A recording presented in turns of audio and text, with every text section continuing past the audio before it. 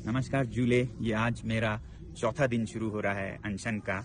और खुले आसमान में तापमान यहाँ पर -16 के करीब था। आप देख रहे हैं ये जो गिलास पानी से भरा था ये पूरा जम गया है और इस गिलास में तो एक विज्ञान का अनुसंधान हो गया है।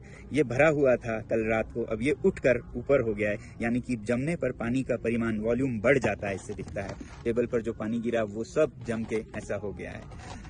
ऐसे में हम अनशन कर रहे हैं, मगर सबसे हैरानी मुझे ये है कि आज तक जो मेन स्ट्रीम मीडिया है भारत की, उसने इस आंदोलन का जो उथल पुथल इस सीमा पर हो रही है इसका जरा भी जिक्र नहीं किया। सीमा पार से एक सीमा हैदर आती है तो उन पर सैकड़ों घंटे चर्चा होती है, मगर भारत, चीन और पाकिस्तान के सीमा पर लद्दाख, इस पर जीरो चर्चा है।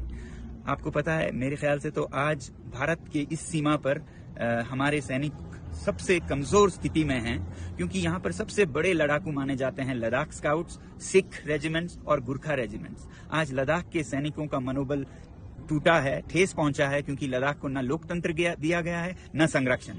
और दूसरी तरफ सिख सैनिकों का मनोबल भी कमजोर है, क्योंकि जो पंजाब में आंदोलन हो रहे हैं उसका असर उन पे भी पड़ता है। और गुरखा सैनिक तो अग्निवीर के चलते 4 साल को वो नकार रहे हैं, और वो अब उससे भी बुरा क्या हो रहा है कि चीन की सेना में भर्ती होने जा रहे हैं। तो वही सैनिक जो हमारे शक्ति थी, जिनके बारे में ये कहा जाता है कि अगर कोई कहे कि मुझे मरने से डर नहीं लगता तो वो या तो झूठ बोल रहा है या वो गुरखा है। आज वही गुरखा चीन की तरफ से हमसे लड़ेंगे। तो ऐसा उथल पुथल हो रहा है, मगर हमारी मेन स्ट्रीम मीडिया जरा भी चर्चा नहीं कर रही है। मेरी आपसे विनती है कि आप एक मीडिया बने और इन वीडियोस को शेयर करें और कहें इन हमारे भारत के मीडिया चैनल से, जो कि चौथी स्तंभ है, पिलर हैं डेमोक्रेसी के, कि वो अपना फर्ज निभाएं। मुझे नहीं समझ आता है वो रात को कैसे सोते होंगे इस तरह के दोगलापंथी में।